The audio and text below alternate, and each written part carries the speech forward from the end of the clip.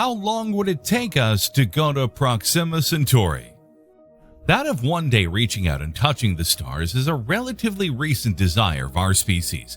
We can perhaps date its appearance to 1838, the date that is when the German astronomer Friedrich Bessel first succeeded in determining the distance to a star and clarifying the extent of the problem we faced. A dream, we said. But with recent advances in technological development, it seems that dream is slowly becoming a reality, hand in hand with our growing awareness of the limited resources and environmental problems we face here on Earth. Indeed, stars are far, far too far away, but there you go. If there were an exoplanet with some Earth-like qualities within a radius of a few light years, not 100 or 1,000 as is the norm, then yes, this could work. It could be a bit like the Moon, which served as a first step, a spur to get us to the other planets.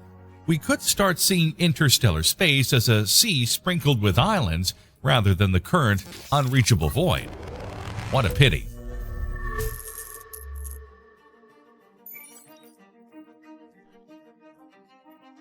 But what's going on there among you who are listening? I think I could hear someone tapping on the monitor and protesting. But yes, there is this planet. We've been assured of it since 2016. Well done. This is exactly where I wanted to take you, awakening and measuring your attention. It's true we have an extrasolar planet very close to us, discovered in 2016, but confirmed absolutely only recently. And that's incredibly lucky since the average distance from Earth of the other 5,000 extrasolar planets is about 300 light years. A stroke of double luck, since the planet orbits the closest star to Earth, namely Proxima Centauri. A fortune that many are now realizing.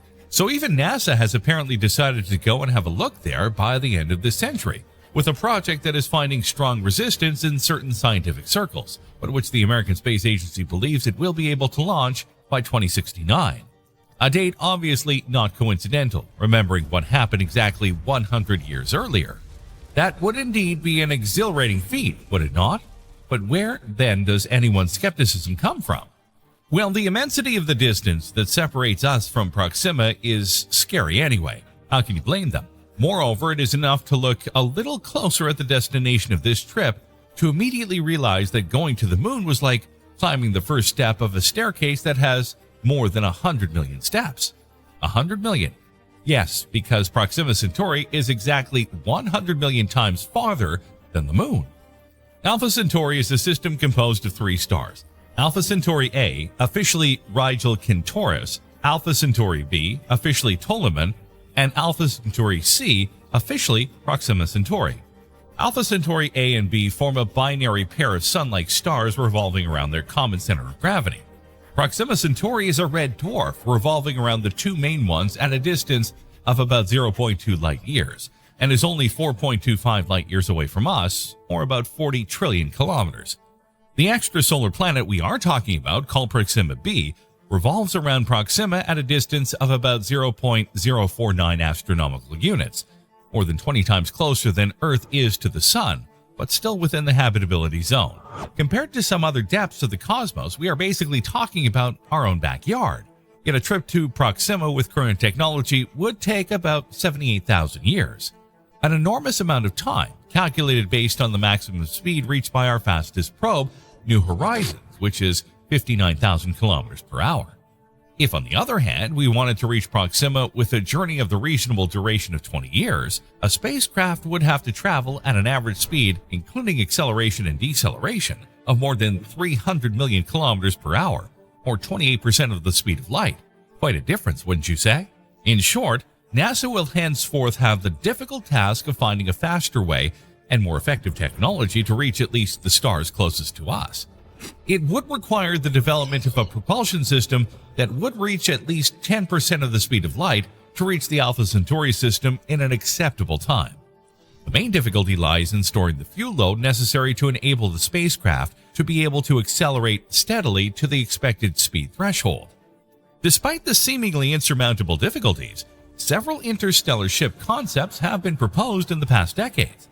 An early example dates back to the studies and experiments conducted in America in the 1960s as part of the Orion project. Basically, the idea was to harness the shockwave produced by the sequential explosion of many small nuclear bombs to accelerate a spacecraft to high speed. The project was originally designed to put large masses into orbit or to enable human missions to Mars, but someone realized its potential for interstellar travel as well. In the original version, the Orion was to eject nuclear fission bombs in rapid succession, which, detonating just behind the vehicle, would give it a substantial boost through the impact of the shockwave thus generated on a special shield, capable of absorbing the shock without damage. A more powerful version with fusion bombs was later suggested by British physicist Freeman Dyson, but it was soon overtaken by technological advances and the changing political climate. However, this concept, which would solve several of the problems discussed above, remains suggestive and could be applied to launching small probes to the stars.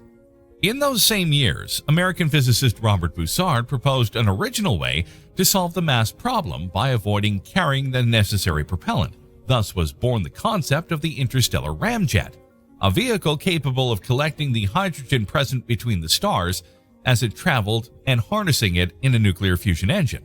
But apart from the problems presented by making the actual engine, collecting interstellar hydrogen would be anything but simple. In fact, assuming an average density of 1 atom per cubic centimeter to collect 1 kilogram of hydrogen at 1/10 the speed of light would require a huge funnel with a mouth over 5,000 kilometers in diameter, and the matter collected would still be negligible compared to the needs of propulsion. This is why interstellar ramjets, in their various proposed versions, are not considered physically feasible. In the 1970s, the British Interplanetary Society conducted a detailed study of a variant of the Orion design called Daedalus under the leadership of British aerospace engineer Alan Bond. It is perhaps the most realistic interstellar ship design conceived to date. Instead of nuclear bombs, the Daedalus was to make use of a series of micro-explosions produced by nuclear fusion of small deuterium and helium-3 tablets. The fully automated, two-stage spacecraft would have been able to reach 0.1 c, 10% of the speed of light, with a mass at the departure of 50,000 tons, or 93% of which was propellant. This would have enabled it to reach Proxima in just over 30 years, then transmit the information gathered during the flyover back to Earth. Another promising proposal is the Star-Wisp laser sails, where the problems of mass and heat are solved by eliminating the engine, replaced by the pressure exerted by a beam of radiation directed onto a very light sail. However, the problem of energy and also that of travel time must be addressed with highly innovative solutions. Since the original idea was formulated in the first half of the 1980s, the interstellar sail concept has undergone several reworkings and improvements, mainly to limit the energy requirements of the Voyage and to make its operation more plausible. In any case, the main elements of the system would consist of a very powerful laser or microwave transmitter, probably placed in space, a giant lens used to concentrate the radiation into an extremely collimated beam even at a very great distance, and the actual interstellar sail, capable of intercepting the radiation and being significantly accelerated by the pressure thus exerted. And when we say sail, we don't mean a racing spinnaker, but of something at least 6 kilometers in diameter and weighing only 30 grams. Accelerated to 0.2 c in just 2 weeks, Star-Wisp could reach the Alpha Centauri system in as little as 21 years. Another possible solution is that of antimatter propulsion.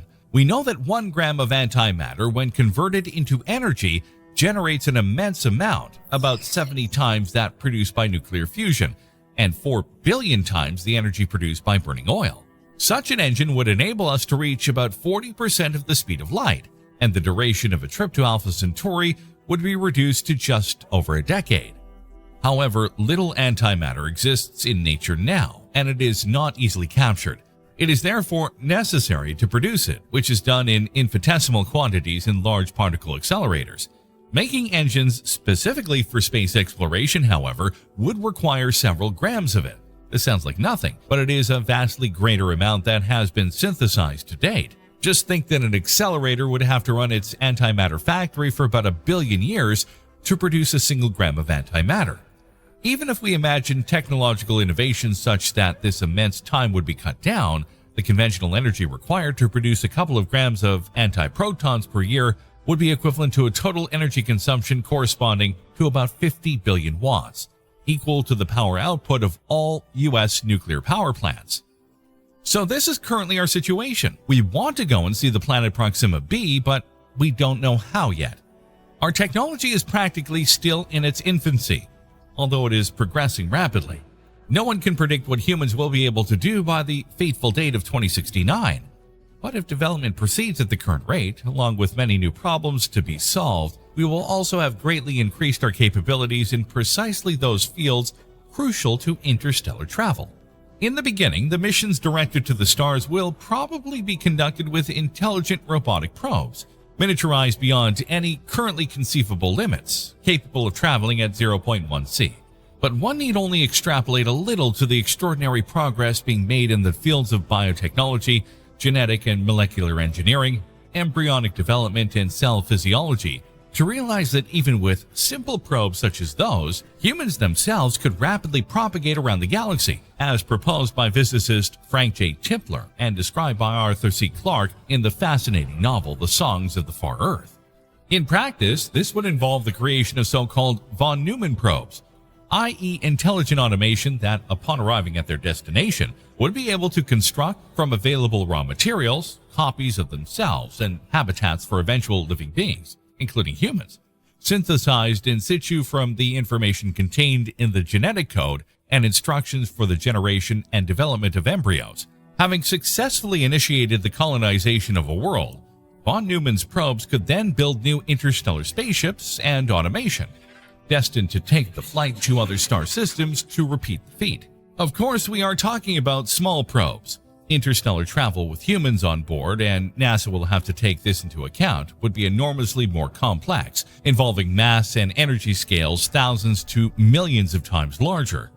What can be conceived with current knowledge points us back to the idea of interstellar arks, giant ecologically self-sustaining habitats capable of roaming the stars for thousands of years, as countless generations of humans, animals, and plants follow one another within them.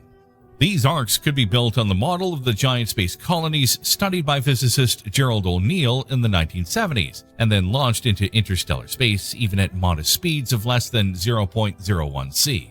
But it is difficult to imagine under what conditions and for what reasons human beings should undertake a journey knowing already for certain that they would never reach their destination.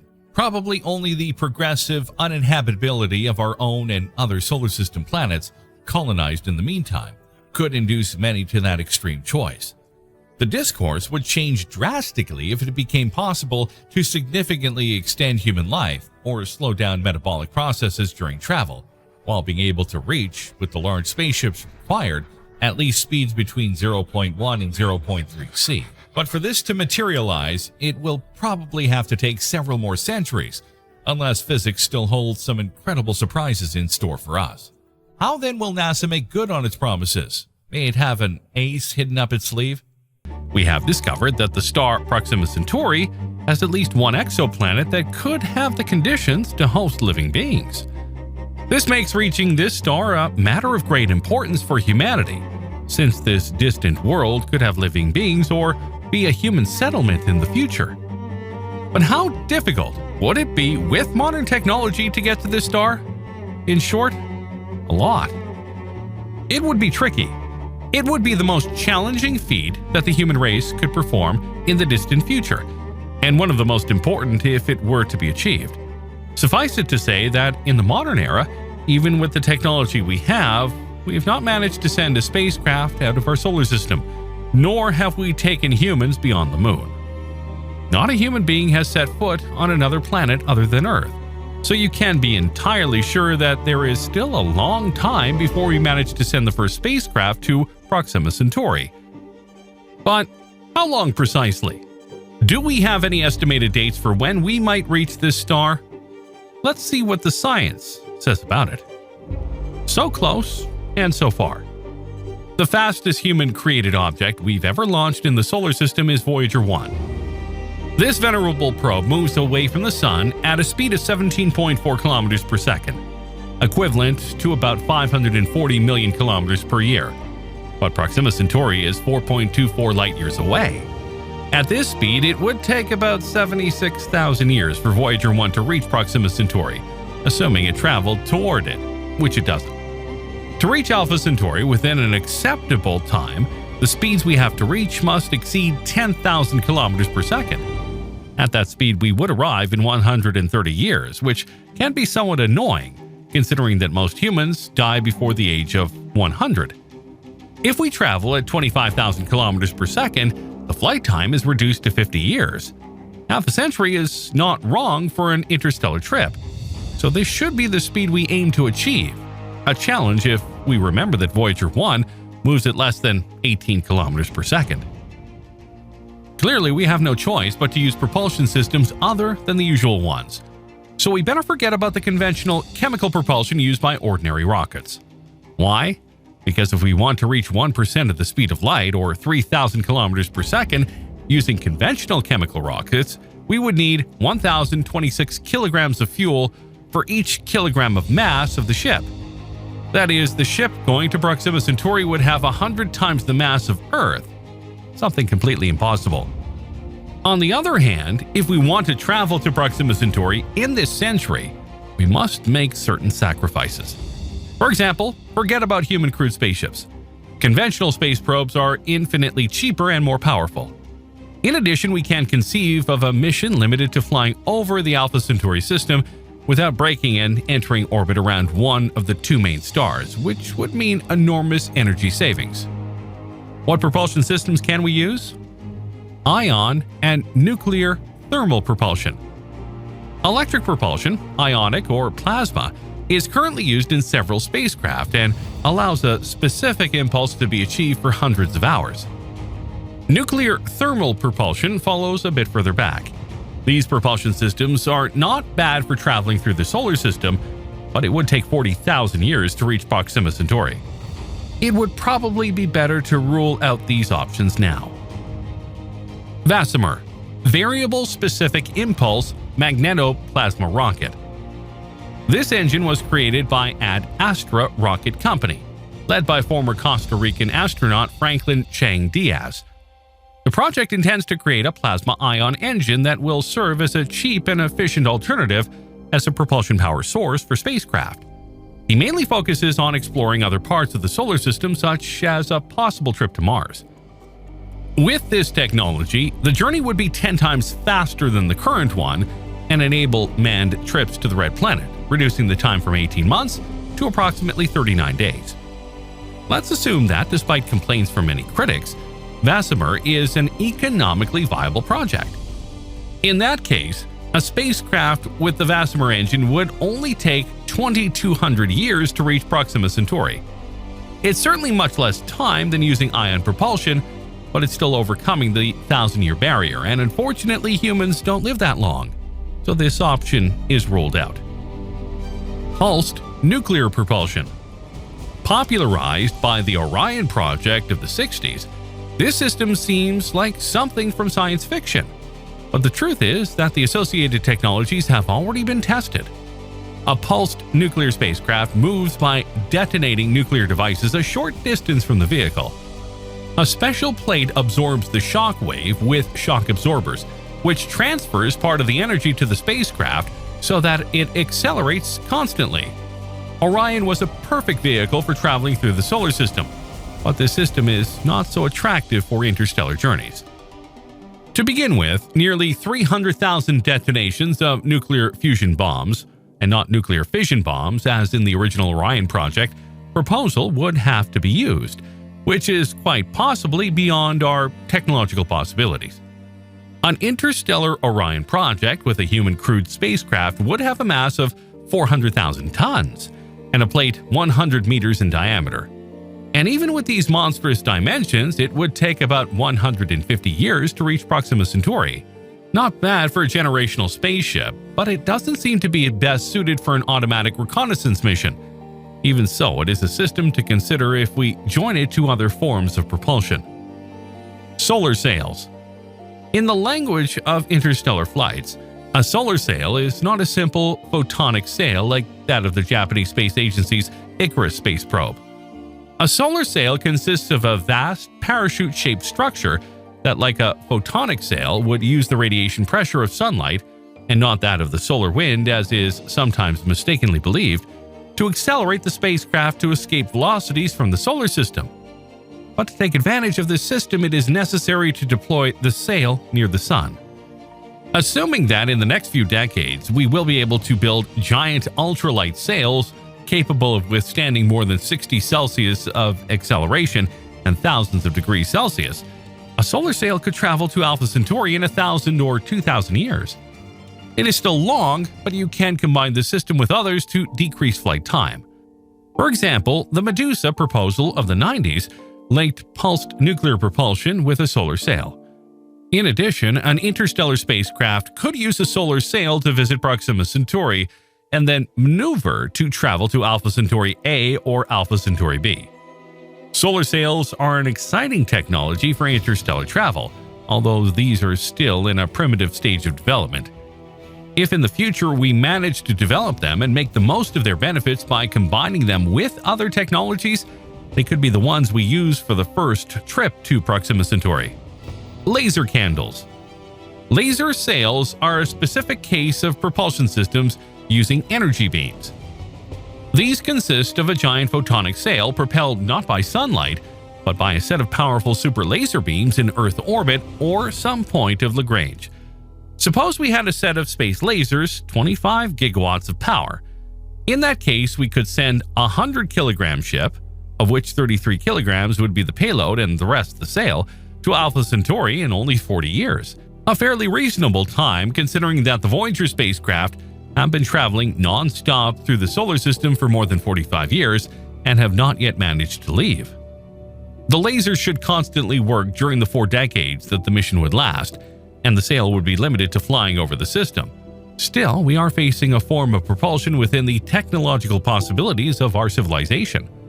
Of course, 100 kilograms is tiny, but if we use a slightly more massive ship, the flight time will shoot up to 100 years if we do not increase the power of the lasers. So initially, this technology only serves us for uncrewed missions. Although we cannot send humans to other stars with this technology, at the moment, this is the most promising method in the short, medium, and long term. Starshot project. As surprising as it may seem, although reaching Proxima Centauri seems an impossible mission to achieve for modern technology, there is currently a research and engineering project developed by the Breakthrough Initiatives program that aims to develop a fleet of micro spacecraft, known as Starship, powered by solar sails capable of traveling to Alpha Centauri at 15% or 20% of the speed of light. That is 60,000 kilometers per second. So it would take between 20 and 30 years to reach its destination and another 4 years to communicate to Earth its arrival. The trip would also include a flyby of the planet Proxima Centauri b, which has characteristics very similar to that of Earth and is also in its star's habitable zone. The central concept that would allow this project to be launched is explained in the article Work Plan for Interstellar Flight, published in April of 2015 in the scientific journal British Interplanetary Society by Philip Lubin, a researcher at the University of California at Santa Barbara. The concept of Starshot consists of the launch of a mother ship with a load of thousands of nano spacecraft, a few centimeters in size and a few grams in weight, which, when they reach a high-altitude orbit, will be released into space. Then, high-powered lasers placed in Earth's orbit would focus a beam of light to propel the spacecraft's sails individually and accelerate their maximum speed in minutes, achieving an average of 100 kilometers per second squared and an energy of 1 TJ blown into each sail, each one 4 by 4 meters. Suppose the spacecraft finds a planet with characteristics similar to Earth in an orbit of the habitable zone of Proxima Centauri system, a case that occurred with the ground-based telescopes at the end of August of 2016. In that case, the project will try to bring the nano spacecraft closer to a distance of 1 astronomical unit, or 150 million kilometers or 93 million miles from the planet. At that distance, the spacecraft's cameras can obtain graphic data of a high enough quality to know these characteristics. Each spacecraft would have the possibility of transmitting data to Earth using a compact laser communication system. The swarm of thousands of units would compensate for the possible loss of spacecraft caused by collisions with interstellar dust during their long journey. Although this project is currently still in the development phase, it is estimated that with adequate funding it would be possible to make it a reality in just 2 decades. That is, we would be able to see the execution of a mission and the arrival of the first spacecraft to Proxima Centauri in the same century. But even if we don't discover planets or moons like Pandora from the movie Avatar in the habitable zone of Proxima Centauri, a trip to the nearest star is a significant challenge for humanity. A challenge that would allow us to understand better the processes of planet formation in the Milky Way, and in the process, understand how our solar system was formed. As Carl Sagan said, by the time we can visit other stars, we will have changed. Only a mature and brilliant species can face the vast abyss of interstellar space and overcome it. If we want to survive in the immensity of the universe and not fall into oblivion, humanity must travel to the stars. It is in our hands to make this dream come true. Alpha Centauri is one of the brightest sources of light in our night sky, and it can easily be seen by the naked eye. You may recognize it in the direction of the Centaurus constellation.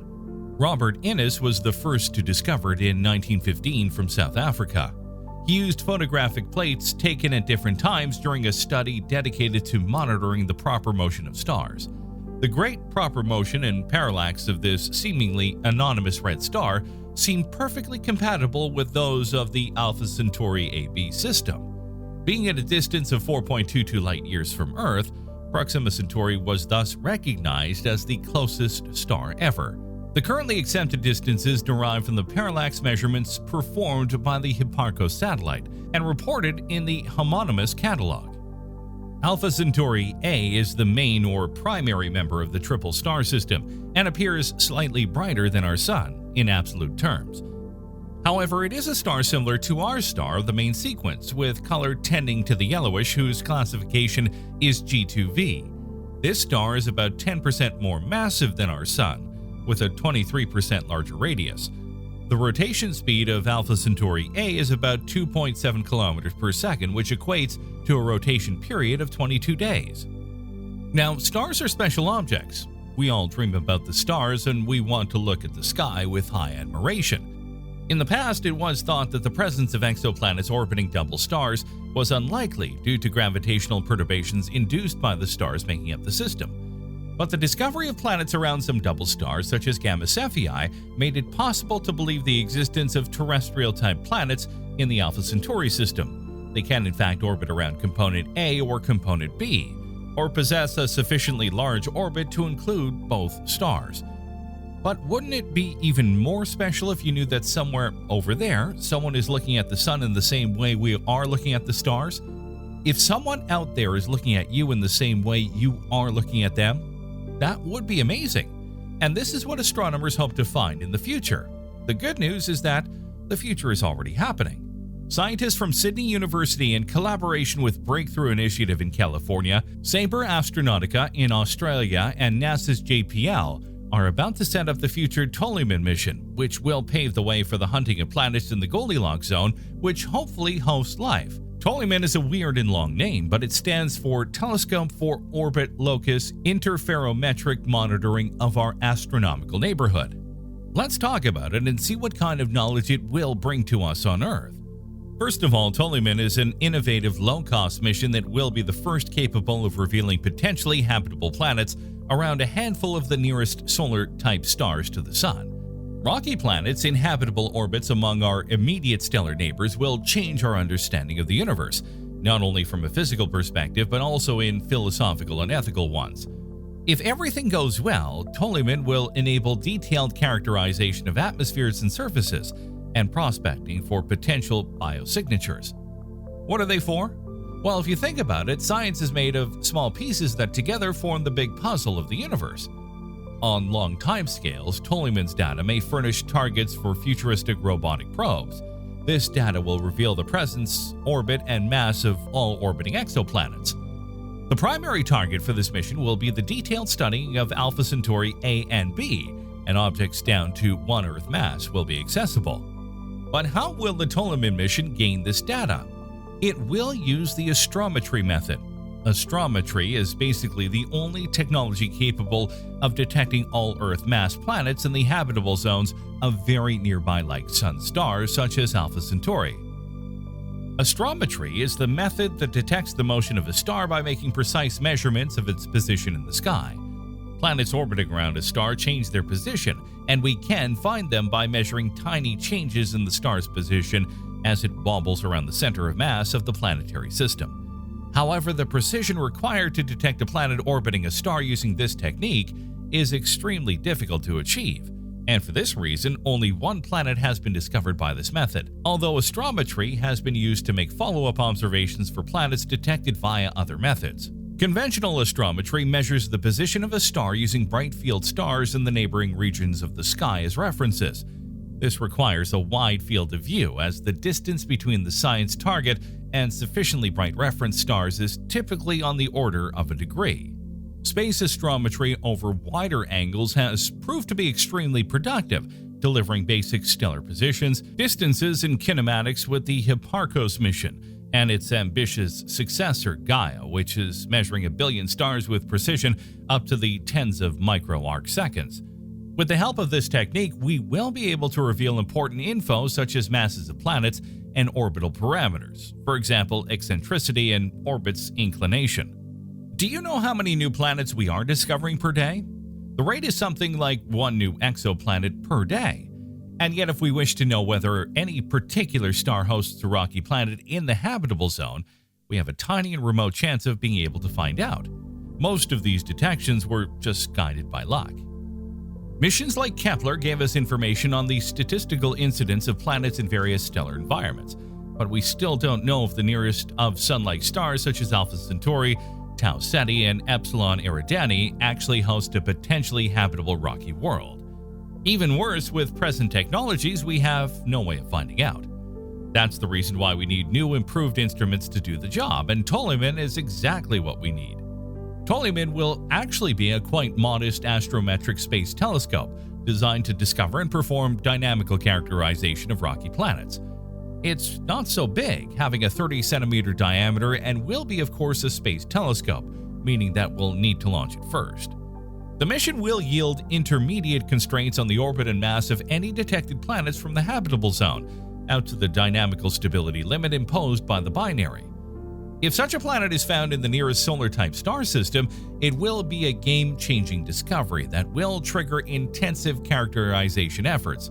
Ptolemy will also observe a handful of F, G, K spectrum stellar targets within the intermediate solar neighborhood, variously probing down to Earth or super-Earth mass, with limiting sensitivity depending on the specifics of each system. At the center of the Ptolemy mission, there's a new type of telescope, which makes use of a diffraction lens. This mirror diffuses the starlight captured by nearby stars in a complex floral pattern, which paradoxically makes it easier to detect the perturbations of stellar movements, signs of the presence of planets in orbit. But what makes Ptolemy such a special instrument? What makes it so special is its empowered optical architecture. It promises to deliver the required micro-arcsecond astrometric precision. When trying to reference stellar positions at micro-arcsecond scales, a lot of small imperfections and mechanical drifts, even the smallest defects, can create instabilities that can be orders of magnitude larger than the true signal, since it is very low. Rather than trying to directly contain all these errors, the diffractive pupil approach sidesteps them by creating a new astrometric ruler to register the star's position, one formed from the starlight itself. The diffraction pattern from the pupil broadcasts the reference grid onto the detector plane against which stellar locations are registered. The genius of this approach is that the diffractive grid of starlight suffers identical distortions and aberrations to the signal being measured, the binary separation. Drifts in the optical system therefore cause identical displacements of both the object and the ruler is used to measure it, and so the data is immune to a large class of errors that beset other precision astrometric experiments. In this image, you can see how this fantastic idea works. You can clearly see the diffraction pattern we were talking about. Hopefully, Ptolemy will become an inspiring mission for future generations of astronomers and scientists all over the world. Who knows, maybe in the next years we will rewatch this video together with our new friends, the inhabitants of Alpha Centauri triple star system. Or it could be that our sons and daughters will still be working on this mission because science takes time and effort. The only important thing is that we will never stop trying. we will never quit. Our curiosity is so strong that it overcomes difficulties, and together we can make the difference. That's all for this video. Thanks for watching, everyone. What are your thoughts about this one? Do you think we will find new forms of life in the Alpha Centauri system? Let us know in the comments below. See you next time on the channel.